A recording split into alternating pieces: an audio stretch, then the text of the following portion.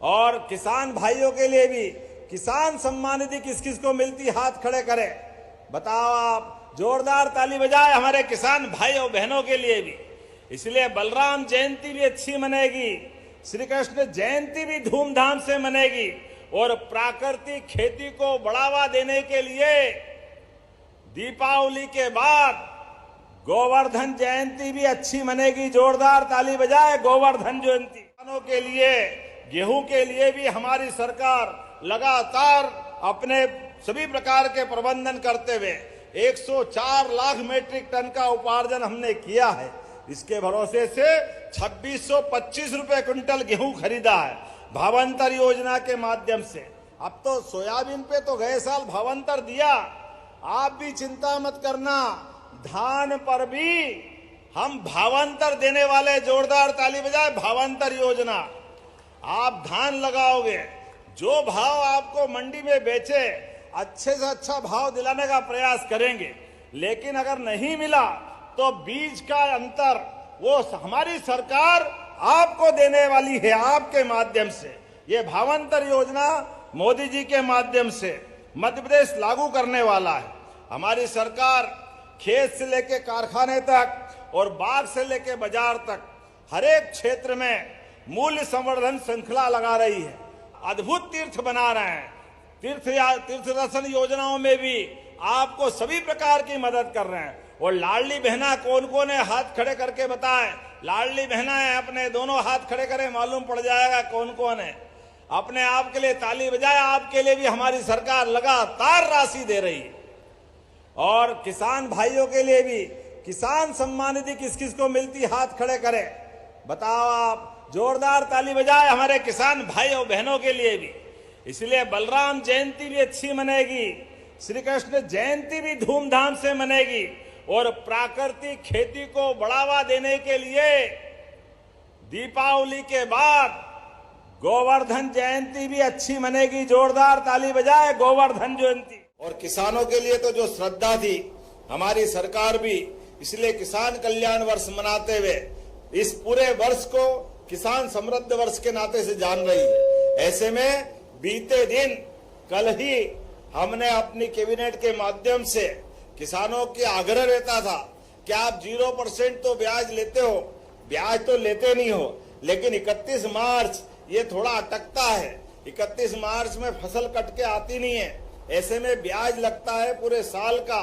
सारे लोग किसान इस बात का आग्रह कर रहे थे कि कृपा करके इसको अप्रैल तक बढ़ाओ, कोई कह रहा है मई तक बढ़ाओ। हमने कल ही निर्णय किया है कि हमारे किसानों के हित में हमारी सरकार ठोस काम कर रही है।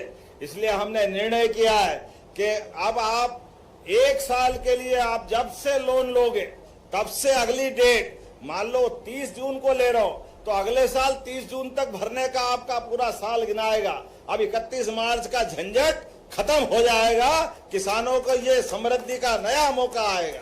अब 31 मार्च का अकाउंट बंद नहीं होगा। इसके बदले में जो पैसा भरना है, सरकार 880 करोड़ रुपया अपने पास से दे करके किसानों का भला करेगी।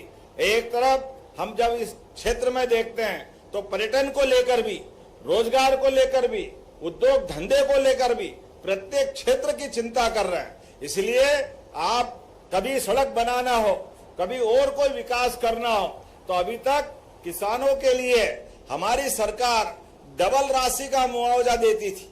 डबल राशि के मुआवजे के बलबूते पर किसान के लिए थोड़ी कठिनाई थी, कई बार गाइडलाइन नहीं बढ़ती थी, तो हमने कहा कोई बात नहीं, किसानों के लिए 2 गुना नहीं 4 गुना देना पड़े किसान के लिए हमारी सरकार सबसे पहले काम करेगी, ताकि अपने जीवन में कोई डैम बनाए, कोई नहर बनाए, कोई सड़क बनाए, उनके लिए सड़क बनाने का भी मौका मिले। और किसी किसान की जमीन अगर योजना में जाए तो वो दूसरी बार खरीद भी सके और बदले में परिवार को 2 पैसे मिले तो अपना अलग से कुछ काम धंधा भी कर ले।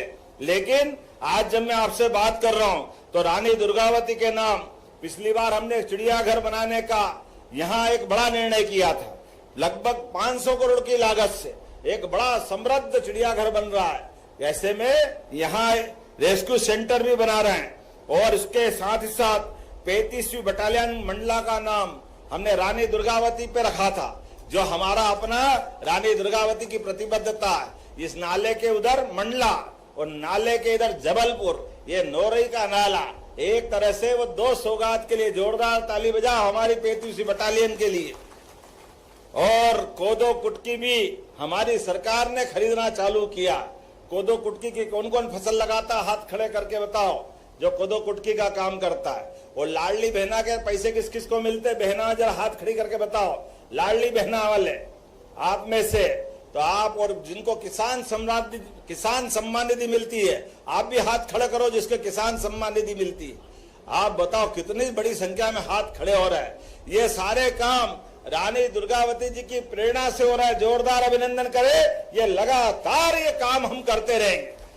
विकास के मामले में भी हमारी सरकार के पास कोई कमी नहीं है और जनता के दिलों से जुड़ी हुई योजनाओं के लिए भी धनराशि देने में हमारी सरकार कभी पीछे हटने वाली नहीं है। अब मैं आपके बीच में से जो एक और बात आई कि रानी दुर्गावती के नाम पर जबलपुर एयरपोर्ट का नाम भी आपने कहा रानी दुर्गावती के नाम पे रखने की बात आई। रखना चाहिए क्या रानी दुर्गावती का नाम एयरपोर्ट पे? तो ताली वाली बजाओ जोरदार तरीके से। मैं भारत सरकार तक आपके इस प्रस्ताव को यशस्वी प्रधानमंत्री नरेंद्र मोदी जी के माध्यम से उड्डयन मंत्रालय तक पहुंचाऊंगा और प्रयास करूंगा जैसी सबकी भावना है ये नाम रानी दुर्गावती के नाम पर होगा। हमारा सबका प्रयास है। ऐसी कई सारी बातें मैं बता सकता हूं, लेकिन क्योंकि बहुत सारे काम के साथ आज मुझे अपनी रानी दुर्गावती के बलिदान दिवस पे भी, ये बलिदान दिवस के 2 दिन पहले ही हमारे बीच आदिवासियों के लिए हमारी सरकार और भारतीय जनता पार्टी का दृष्टिकोण क्या है, ये उत्कृष्ट उदाहरण सबके सामने था। पहली बार आदिवासी बहन द्रौपदी मुर्मू जी को राष्ट्रपति पद तक हमारी पार्टी और माननीय मोदी जी ने पहुंचाया। जोरदार अभिनंदन करें नरेंद्र मोदी जी के लिए। कांग्रेस ने कभी हमारे आदिवासी अंचल का सम्मान नहीं किया, कभी वो केवल बात ही करते रहिए। इतना बड़ा वोट बैंक केवल वोट बैंक की फैक्ट्री की तरह काम करते रहिए।